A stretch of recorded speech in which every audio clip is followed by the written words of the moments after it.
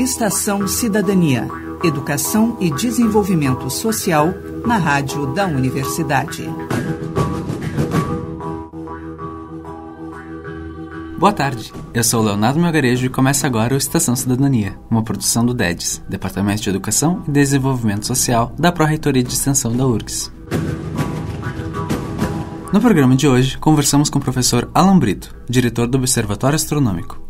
Alan nos conta como surgiu e como funciona o observatório e também como ele ingressou no mundo da astronomia e da divulgação científica. Então, Alan, muito boa tarde. Boa tarde. Bem-vindo à Estação Cidadania. Eu queria que tu começasse assim, se apresentando, como é que funciona o observatório. Bom, então eu me chamo Alan Alves Brito, sou professor do Departamento de Astronomia do Instituto de Física aqui da URGS e há 2 anos eu ocupo a função também de diretor do Observatório Astronômico, né? Que mais? Só para falar um pouco mais do observatório. Então, o Observatório Astronômico ele é um espaço de divulgação científica, né? É um órgão auxiliar do Instituto de Física. Ele ocupa um prédio histórico belíssimo que completou esse ano 111 anos. Portanto, é um prédio anterior à própria existência da universidade, né? Mas ele foi incorporado à universidade, ao Instituto de Física, na metade no finalzinho do século XX, dos anos 1970. Com a criação do Instituto de Física, ele passa então a ser um órgão auxiliar do Instituto de Física. E a função principal dele é promover a divulgação científica da astronomia, da física, nessa relação com o patrimônio, né? Porque a gente tem a gente também pensa a questão do prédio em si, né? Da história, da memória da cidade, do estado. E também é um espaço que tenta articular atividades de ensino, né? A gente também está preocupado em integrar as atividades de ensino do Departamento de Astronomia do Instituto de Física ao Observatório. Então a gente tem algumas disciplinas práticas que acontecem, né? Mas também a gente também tem repensado o Observatório como um espaço também, um laboratório de pesquisa, já que também temos uma pós-graduação em ensino de física no Instituto de Física. Então, e eu particularmente entrei permanentemente, recentemente, né? Como parte desse programa, então eu estou tentando também articular no observatório a parte de pesquisa em divulgação de astronomia, educação e divulgação de astronomia em espaços não formais de ensino e aprendizagem. Então é realmente um espaço muito interessante assim para a nossa universidade. E qual é assim a política de funcionamento e como é que o observatório se relaciona assim com o público tanto interno da faculdade quanto externo da comunidade em geral? O observatório ele tem um expediente de 2 da tarde, um pouco diferente, né? Porque como o principal objetivo do observatório é a observação do céu, que diferencia o observatório do planetário, por exemplo, né? No planetário a gente tem sobretudo um céu que é projetado na cúpula, né? No observatório nós temos o céu real, né? Então a gente aponta o telescópio para o céu e aí estuda estrelas, planetas, a gente consegue ver esses objetos. Então o nosso horário de funcionamento é de 2 da tarde até 10 da noite, aproximadamente, né, no horário da universidade. Nós temos um público interno da universidade, estudantes de graduação, estudantes de pós-graduação, técnicos, professores curiosos, e também temos um público externo, professores da educação básica, estudantes da educação básica, sobretudo estudantes do ensino fundamental, né, 1 e 2, que estão muito interessadas em observar o céu, em estudar, sobretudo, objetos do sistema solar. Então, o observatório ele cumpre essa função, né, de atender públicos variados, seja da própria comunidade universitária quanto do público externo. Claro, eu gostaria que tivesse muito mais visitas, né, mas nós temos no país um problema nesse sentido, né, de visitas a espaços públicos, né, com caráter de museu, porque o observatório também é um museu. Ele faz parte da rede de museus da universidade. Então, é isso. E como as visitações, as observações, elas são mediadas, assim? Tem uma pessoa que leva? Como é que funciona? Sim, nós temos atualmente uma equipe, né? Temos um técnico, um graduado em física, que acaba de se aposentar, mas continua trabalhando conosco como colaborador, né? Então, temos também um antropólogo, que eu chamo carinhosamente de astropólogo. Temos um um técnico também de nível superior, formado em administração, então ele cuida de toda a parte de agendamento das visitas, a gente tem tudo automatizado, é realmente, eu diria que é um modelo para a universidade em termos de gestão de museus, né, dessa parte de agendamento e gestão do conhecimento mesmo. E agora, recentemente, nós vamos receber mais estou esperando, né, um pedagogo. E, além disso, também estudantes bolsistas, alguns estudantes envolvidos nos projetos de extensão que hoje desenvolvem o Departamento de Astronomia. Então, essas visitas são visitas guiadas, são sempre acompanhados, né? Tanto a visitação ao prédio histórico, quanto a visitação, né, na observação, essa interação sempre acontece. Então, todos eles estão o tempo inteiro, já que não é a área de formação deles, né, física, astronomia, são pessoas que têm formações variadas, mas eles também estudam esses conteúdos de física, de astronomia, né, e nessa interface das ciências exatas com as ciências humanas, para poder garantir realmente uma mediação da melhor maneira possível, né? Então, todas as atividades do observatório são mediadas, né, por alguns desses técnicos. Claro que a observação do céu, principalmente, né? E, Alan, como pesquisador, como aqui agora no Observatório Astronômico, como tu vê os desafios para tornar a ciência assim, mais acessível ao público? Essa é uma grande pergunta, né? Assim, é uma pergunta muito importante, sobretudo nesse momento que a gente vive no país, né? Onde o ano passado nós tivemos a tragédia do Museu Nacional, né? A perda do Museu Nacional, e eu acho que esses eventos estão relacionados, né? A gente, de certa maneira, nós não temos ainda no país uma cultura de divulgação científica, nós não temos um programa estabelecido de divulgação científica. Temos, mas não é ainda como a gente gostaria, né? A maior parte da população brasileira, ela está excluída desses processos, né?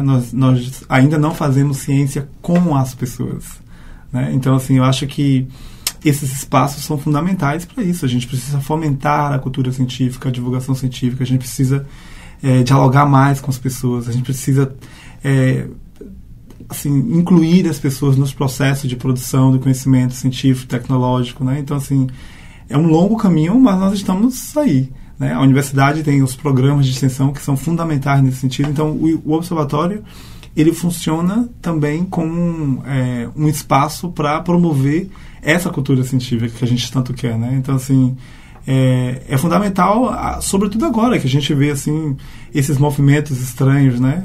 Anticientificistas, a gente vê aí um movimento conservador em todos os aspectos, a gente vê retirada de incentivo, né, à ciência, à educação, a gente vê a maneira como os nossos gestores, né, municipais, estaduais ou mesmo federais tratam a educação, tratam a cultura. Então, assim, eu estou assim, convicto de que nós cientistas, pesquisadores, precisamos sair desse lugar de autoridade, dessa torre de marfim, e partir para a sociedade, conversar com as pessoas, né? Fazer as pessoas entenderem que elas são parte desse processo de construção da ciência, que a ciência, ela é realmente ela é uma construção humana, sobretudo, né? Onde todos nós temos que fazer parte, temos que construir essa ciência de alguma maneira, né? Nós não podemos nos colocar numa posição de que nós somos detentores do conhecimento, da verdade única, e que as pessoas estão ali à margem simplesmente para absorver. Não, a nossa visão tem que ser uma visão de que a ciência, ela quando as pessoas se apropriam do conhecimento científico, elas conseguem pensar também a realidade de maneira muito mais crítica, né? Elas podem ser capazes de tomar decisões. É isso que a gente quer. A gente quer esse tipo de ciência, no diálogo realmente de igual para igual, né? Não no sentido de que nós somos especiais, de que nós somos gênios, de que nós estamos distantes dessa sociedade que, no Brasil, nos assim, patrocina as nossas pesquisas, né?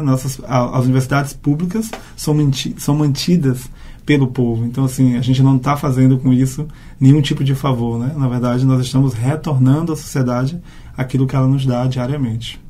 E até serve como justificativa, né? Olha só o trabalho que estou desenvolvendo com todo esse incentivo todo esse dinheiro da população, né?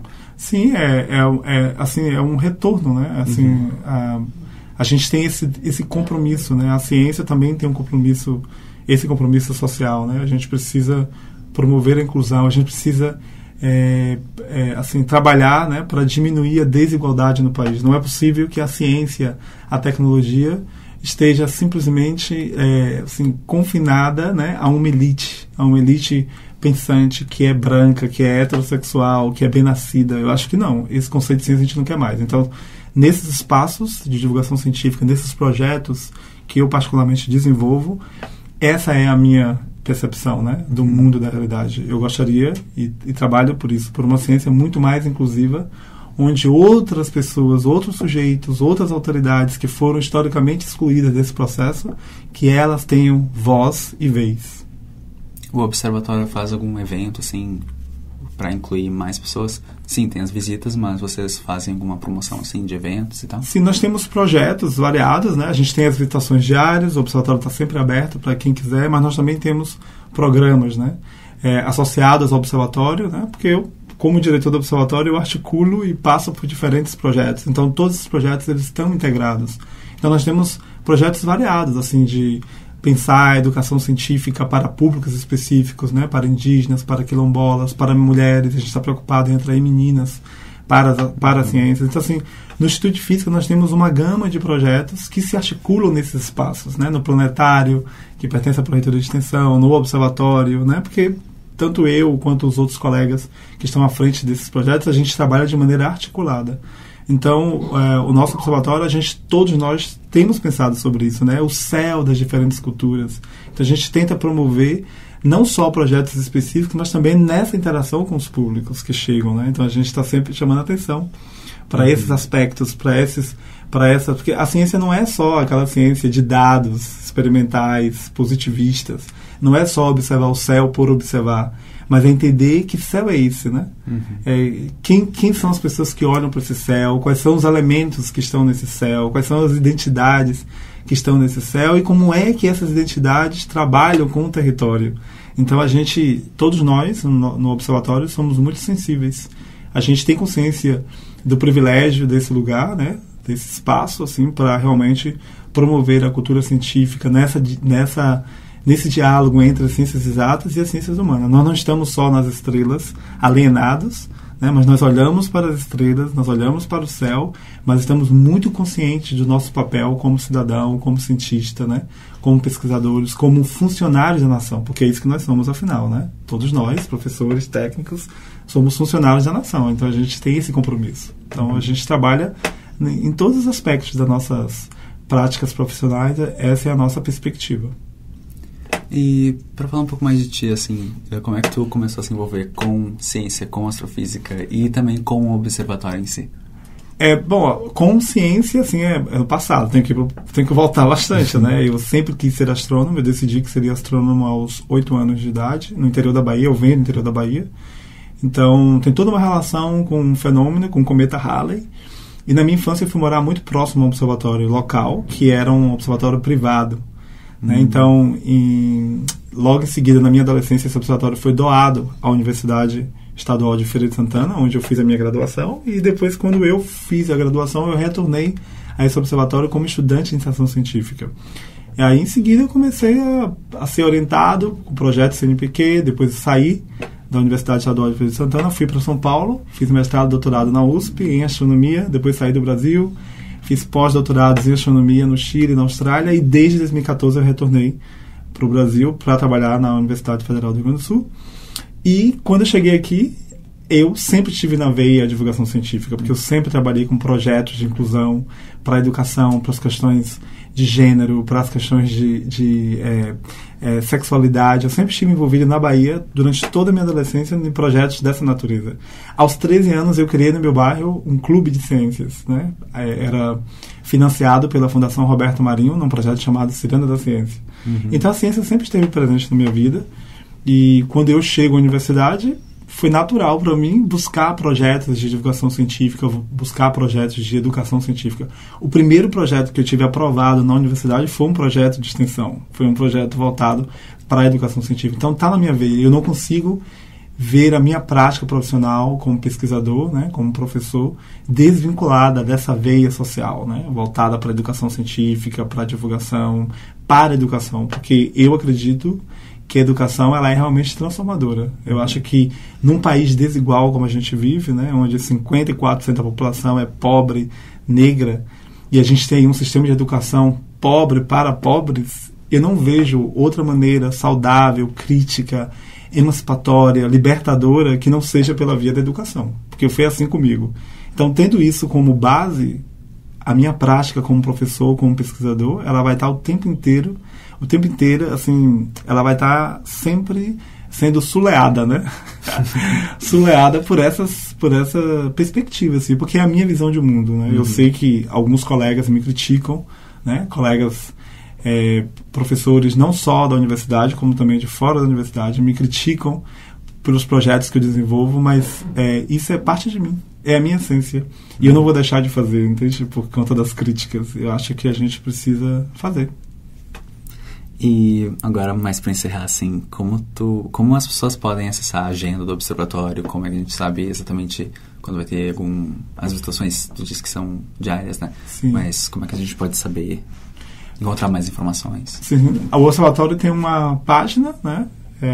Com todas as informações, existem planilhas de agendamento. Então, segundas, quartas e sextas nós recebemos as escolas, os professores que entram em contato, né? Então, o professor ou a professora pode fazer o agendamento online.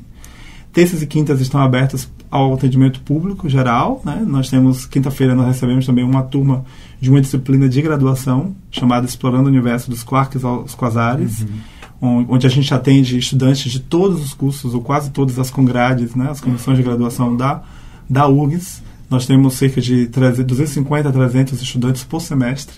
Então, às quintas-feiras à noite a gente recebe em particular esse público, mas público geral também pode se juntar.